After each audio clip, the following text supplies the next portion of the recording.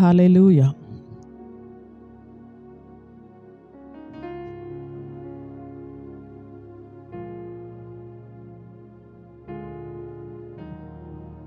Praise the Lord. హల్లెలూయా.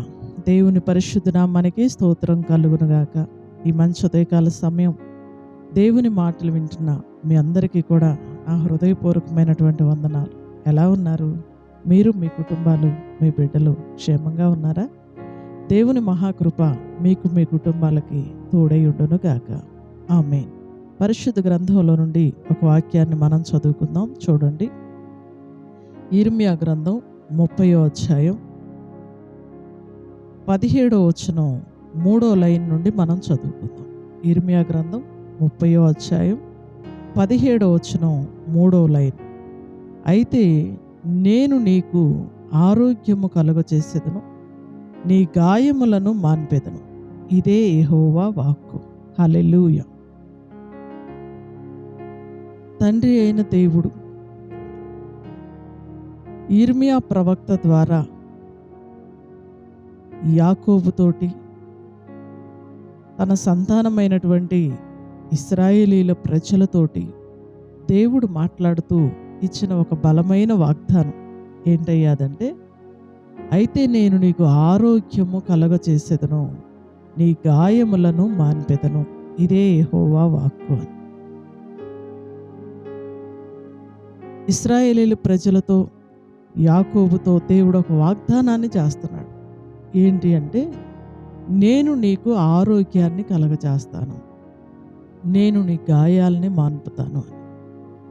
ఇశ్రాయేలీలు దేవుని మాట వినలేదు. యాకోబు సంతానం దేవునికి దూరం అయిపోయారు. ఆ సమయంలో దేవుడు ఏం చేశాడయ్యా అంటే, వారందరినీ పూర్తిగా వదిలేశాడు. మీరు నా మాట వినలేదు కాబట్టి మీరు శత్రువుల చేతులకు అప్పగించబడతారు, గాయపరచబడతారు, మీకు అపజయాలు కలుగుతాయి అని దేవుడు వారిని వదిలేశాడు. ఆ తర్వాత వాళ్ళు దేవుని దగ్గర చాలా పశ్చాత్తాపడి ప్రార్థన చేసుకొని ఉపవాసాలుండి మరలా ప్రభు పాదాలు పట్టుకొని ఆయన తట్టు తిరుగుతున్నప్పుడు వారికి కలిగినటువంటి ఆ బాధని దేవుడు మరలా చూశాడు. పడ్డారు, కానీ గాయములు కట్టేవారు లేకపోయారు. రోగగ్రస్తులు అయిపోయారు ఇశ్రాయేలీలు అంటే దేవుని పిల్లలు, కానీ బాగు చేసే వైద్యులు లేకపోయారు. వాళ్ళు చాలా శ్రమల చేత కొట్టబడుతున్నప్పుడు, బాధపడుతున్నప్పుడు, అనారోగ్యాల పాలై వేదన పడుతూ ఉన్నప్పుడు దేవుడు మరలా వారిని చూశాడు. మనం ఆరాధిస్తున్నటువంటి మన తండ్రి అయిన దేవుడు చాలా జాలి కలిగిన దేవుడు, కనికర సంపన్నుడు. చాలా జాలి కలిగిన దేవుడు, కనికర సంపన్నుడు, అత్యంత కృప కలిగిన వాడండి. చూడండి, వారు రోగగ్రస్తులై, వారు వ్యాధిగ్రస్తులుగా ఉన్నప్పుడు, బాగు చేసేటటువంటి పరిస్థితి ఎవరికి లేనప్పుడు, ఏ వైద్యుడు బాగు చేయలేనంత భయంకరమైన వ్యాధులతో వాళ్ళు పీడించబడుతూ ఉన్నప్పుడు, కనికర సంపన్నుడైన దేవుడు మరలా కనికరాన్ని వారి మీద చూపి, మరలా ప్రేమను వారి మీద చూపి యాకోబుతో దేవుడు మాట్లాడుతున్నాడు. అయితే నేను నీకు ఆరోగ్యము కలుగచేసేదను, నీ గాయములు మాన్పెదను. హల్లెలూయా. మనం ఆరాధిస్తున్న మన తండ్రి అయిన దేవుడు ఆరోగ్యం ఇచ్చే దేవుడు అండి. ఎలాంటి ఆరోగ్యమయ్యా అంటే, ఏ వైద్యుడు కూడా బాగు చేయలేనటువంటి వ్యాధినైనా కూడా బాగు చేయడానికి శక్తి కలిగిన దేవుడు నేను ఆరాధిస్తున్న నా తండ్రి అయిన దేవుడు. దేవునికో స్తోత్రం చెల్లిద్దామా. హల్లెలూయా. ఏ వ్యాధినైనా బాగు చేస్తాడు. అది మానసిక పరమైన వ్యాధి అయినా, శరీర సంబంధమైన వ్యాధి అయినా, ఆత్మ సంబంధమైన వ్యాధి అయినా, ఏదైనా కూడా దేవుడు బాగు చేయగలిగిన వాడు. స్వస్థపరచడానికి శక్తి కలిగినటువంటి దేవుడు, శక్తి కలిగినటువంటి దేవుడు. అందుకే ఆయన అంటారు, నిన్ను స్వస్థపరచు యెహోవాను నేనే అని దేవుని స్తోత్రం చెల్లిద్దామండి. హల్లెలూయా. చూడండి ఇక్కడ అంటున్నాడు, నేను నీకు ఆరోగ్యము కలగచేతును, నీ గాయములను మాన్పెదను. చూడండి, మాటల చేత గాయపరచబడ్డావా? దెబ్బల చేత గాయపరచబడ్డావా? దూషణ మాటల చేత గాయపరచబడ్డావా? వాటన్నిటినీ కూడా నేను బాగు చేస్తాను అని దేవుడు మనకు తెలియచేస్తా ఉన్నాడు. ఆనాడు యాకోబుతో, ఇశ్రాయేలీయుల సంతతితో దేవుడు మాట్లాడాడు. ఈరోజు ఈ ఉదయకాల సమయం దేవుని మాటలు వింటున్న మన అందరితో కూడా దేవుడు మాట్లాడుతూ ఉన్నాడు. నేను నీకు ఆరోగ్యము కలుగజేస్తాను, నీ గాయాలని మాన్పుతాను అని. నిజమే, ఈ ఉదయకాల సమయం దేవుని మాటలు వింటున్న ప్రియ సహోదరి, ప్రియ సహోదరుడా, ఏ వైద్యుడు బాగు చేయలేని జబ్బులతో నువ్వు పీడించబడుతూ ఉన్నావా? ఎన్ని మందులు వాడినా, ఎంతమంది వైద్యుల దగ్గరకు తిరిగినా నీ రోగం తగ్గట్లేదా? అనారోగ్యంతో బాధపడుతూ ఉన్నావా? మానసిక పరమైన వేదనకి గురై ఉన్నావా? అయితే నీకు ఒక శుభవార్త, నీకు ఒక గుడ్ న్యూస్. ఏంటది అంటే, నేను ఆరాధిస్తున్న నా తండ్రి అయిన దేవుడు నీకు ఆరోగ్యాన్ని కలగజేస్తాడు, నీకు క్షేమాన్ని ఇస్తాడు, నీ గాయాలను ఆయన మాన్పుతాడు, అద్భుతమైన స్వస్థతను దేవుడు అనుగ్రహిస్తాడు.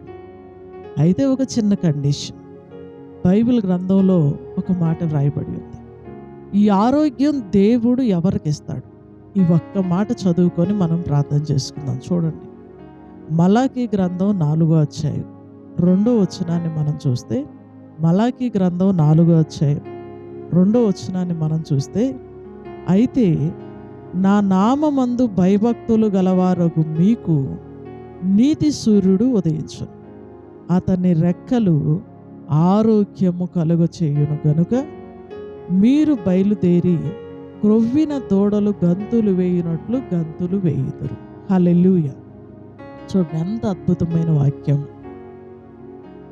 ఎవరికి ఆరోగ్యం అంటే, నా నామమందు భయభక్తులు కలిగిన వారికి. అందరికీ కాదు సుమా, అందరికీ కాదు సుమా.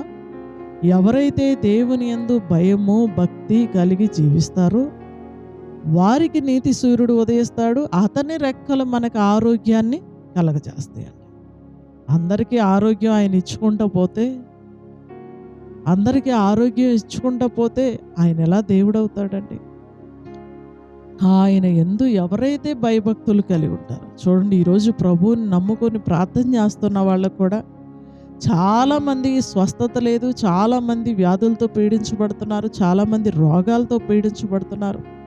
ఎంతోమంది వైద్యుల దగ్గరకు తిరిగి ఎంతో డబ్బుని వ్యయపరుస్తూ ఉన్నారు, కానీ స్వస్థత లేదు. కారణం ఏంటో తెలుసా?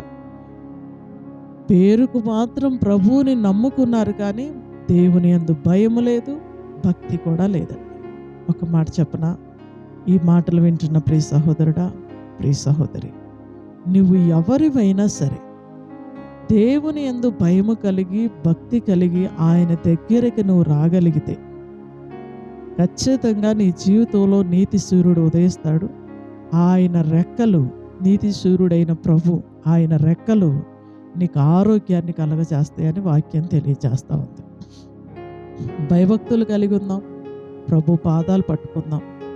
ఆయన రెక్కల్లో ఉన్న ఆరోగ్యము, స్వస్థత నీకు దేవుడు అనుగ్రహించును గాక. ఆమేన్. ప్రార్థన చేసుకుందాం. పరిశుద్ధుడైన తండ్రి, ప్రేమ కలిగిన ప్రభువా, దయగలిగిన యేసయ్య, కృపా సత్య సంపూర్ణుడా, మీ ఘనమైన శ్రేష్టమైన నామానికి వందనాలు, స్తోత్రాలు, స్తుతులు చెల్లిస్తూ ఉన్నాం. ఈ మంచి ఉదయకాల సమయం అమూల్యమైన నీ వాగ్దానం ద్వారా మాతో మీరు మాట్లాడినందుకు వందనాలు.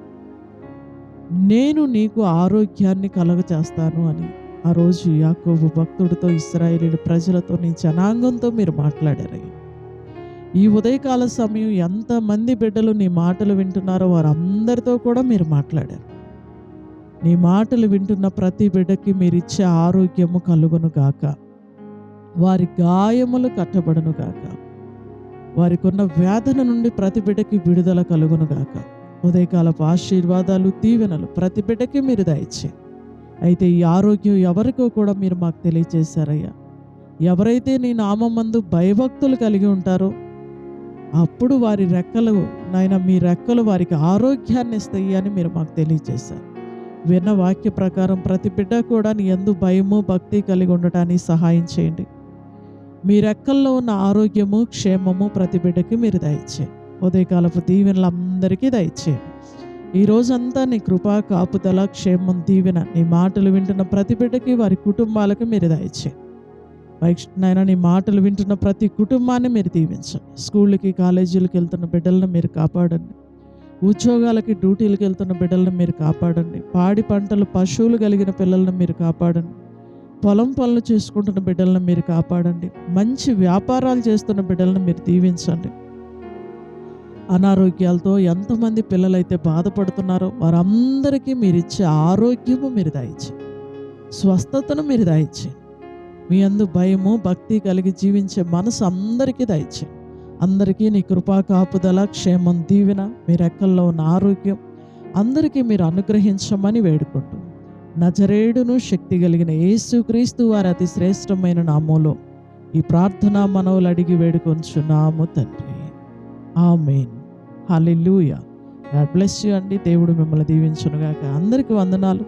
తిరిగి రేపు ఉదయకాల సమయం ఇదే సమయానికి ఉదయకాల మన్నాలో మరలా మనం కలుసుకుందాం. దేవుని మహాకృప మీకు మీ కుటుంబాలకి తోడై ఉండును గాక. ఆమేన్. Praise lord.